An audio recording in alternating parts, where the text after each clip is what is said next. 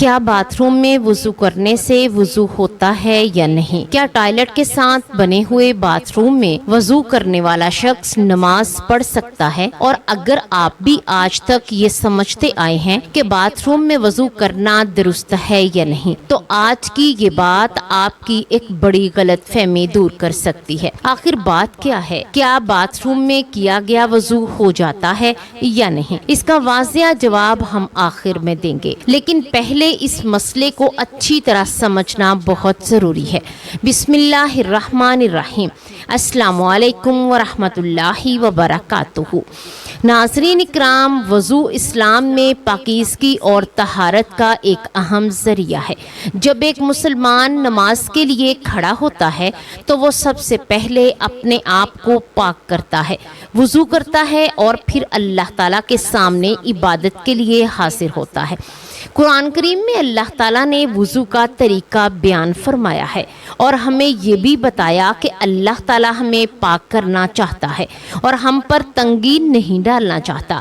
لیکن آج کل گھروں کے اندر ایک مسئلہ بہت عام ہو گیا ہے۔ پہلے گھروں میں باتھ روم، غسل خانے اور بیت الخلاء الگ الگ ہوتے تھے، لیکن اب زیادہ تر گھروں میں ایک ہی کمرے کے اندر ٹوائلٹ، شاور اور وضو کے لیے واش روم، بیسن یا نل لگا ہوتا ہے۔ ایسے میں بہت سے لوگ پریشان ہو جاتے ہیں کہ اگر ٹوائلٹ اسی جگہ موجود ہے تو کیا یہاں وضو کرنا جائز ہے؟ کیا ایسے وضو سے نماز ادا ہو جائے گی؟ اور اگر کوئی شخص اسی باتھ روم میں وضو کرتا ہے تو کیا اس کا وضو صحیح شمار ہوگا؟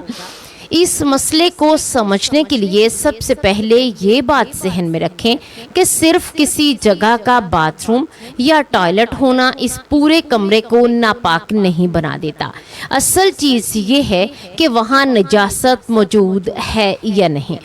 اگر فرش صاف ہے، وضو کرنے کی جگہ پاک ہے، جسم اور کپڑوں پر نجاست کے چھینٹے نہیں پڑ رہے اور وضو صحیح طریقے سے کیا جا رہا ہے، تو محض ٹوائلٹ کے اس کمرے میں موجود ہونے کی وجہ سے وضو باطل نہیں ہو جاتا۔ مثلا اگر آپ کے کمرے میں ایک ایسا باتھ روم ہے جس میں ایک طرف ٹوائلٹ بنا ہوا ہے اور دوسری طرف واش بیسن یا نل لگا ہوا ہے اور آپ وہاں پاک جگہ پر کھڑے ہو کر وضو کرتے ہیں، تو صرف ٹوائلٹ کی موجودگی کو دیکھ کر یہ نہیں کہا جا سکتا کہ آپ کا وضو نہیں ہوا۔ البتہ ایسی جگہ وضو کرتے ہوئے صفائی اور ادب کا خاص خیال رکھنا چاہیے۔ ایک اور اہم بات یہ ہے کہ وضو کا پانی اور نجاست ایک چیز نہیں ہے۔ اگر نل سے پانی پاک آ رہا ہے اور وہ آپ کے ہاتھ، منہ، بازو اور پاؤں کو دھو رہا ہے تو اس سے وضو کیا جا سکتا ہے، لیکن اگر کسی جگہ پر حقیقی نجاست موجود ہے اور اس کے چھینٹے جسم یا کپڑوں پر پڑنے کا خطرہ ہے تو وہاں احتیاط کرنا ضروری ہے۔ نماز کے لیے بدن، کپڑے اور نماز کی جگہ کی پاکیزگی بہت اہم ہے، اس لیے وضو ایسی جگہ کرنا بہتر ہے جہاں نجاست سے بچنا آسان ہو۔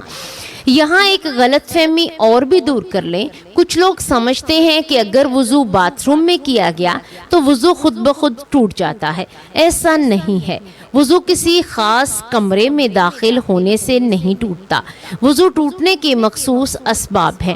اگر کوئی شخص وضو کرنے کے بعد وضو توڑنے والی کوئی چیز نہ کرے تو صرف اس وجہ سے وضو ختم نہیں ہو جاتا کہ وہ باتھ روم میں گیا تھا، اس نے وہی وضو کیا تھا۔ اسی طرح اگر باتھ روم کے اندر ٹوائلٹ موجود ہو تو اس کی موجودگی بھی خود بخود وضو کو ختم نہیں کرتی۔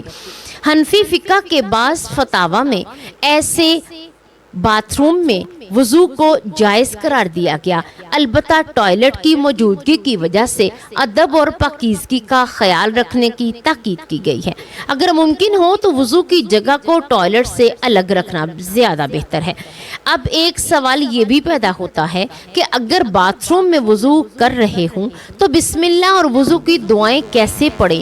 اس میں بھی ادب کا خیال رکھنا چاہیے۔ اگر ٹوائلٹ ایسی جگہ پر موجود ہو تو بہتر ہے کہ باتھ روم میں داخل ہونے سے پہلے بسم اللہ پڑھ لی جائے اور نیت بھی کر لی جائے۔ وضو کے بعد کی دعائیں اگر ممکن ہو تو باتھ روم سے باہر نکل کر پڑھی جائیں۔ اس طرح اللہ تعالیٰ کے نام اور ذکر کے ادب کا بھی خیال رہے گا۔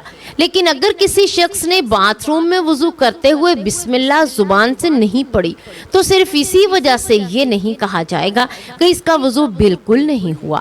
اصل وضو کے فرائض اپنی جگہ موجود ہیں اور بسم اللہ نہ پڑھنے کی وجہ سے ہر صورت میں بھی وضو کو باطل قرار دینا درست نہیں۔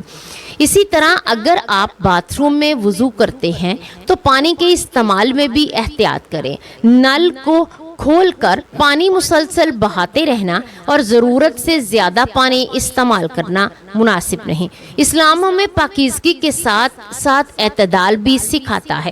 وضو کرتے وقت اتنا ہی پانی استعمال کریں جتنی کی ضرورت ہو۔ ایک اور اہم بات یہ ہے کہ صرف شک کی بنیاد پر اپنے وضو کو خراب نہ سمجھیں۔ اگر آپ کو یقین ہے کہ وضو کی جگہ پاک تھی، نجاست جسم یا کپڑوں پر نہیں لگی اور آپ نے وضو صحیح طریقے سے کیا تو محض وہم اور شک کی وجہ سے بار بار وضو کرنے کی ضرورت نہیں۔ دین آسانی کا دین ہے اور ہمیں بیجا وسوسوں میں مبتلا ہونے کے بجائے شریعت کے واضح اصولوں پر عمل کرنا چاہیے۔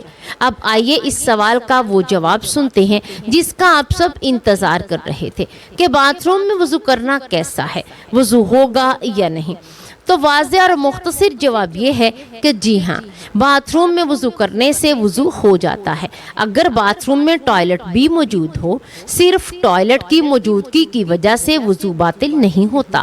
البتہ وضو کی جگہ پاک ہونی چاہیے، نجاست سے بچنا چاہیے، پانی کے چھینٹوں سے بدن اور کپڑوں کو محفوظ رکھنا چاہیے اور اگر ممکن ہو تو ٹوائلٹ سے الگ جگہ پر وضو کرنا زیادہ بہتر ہے۔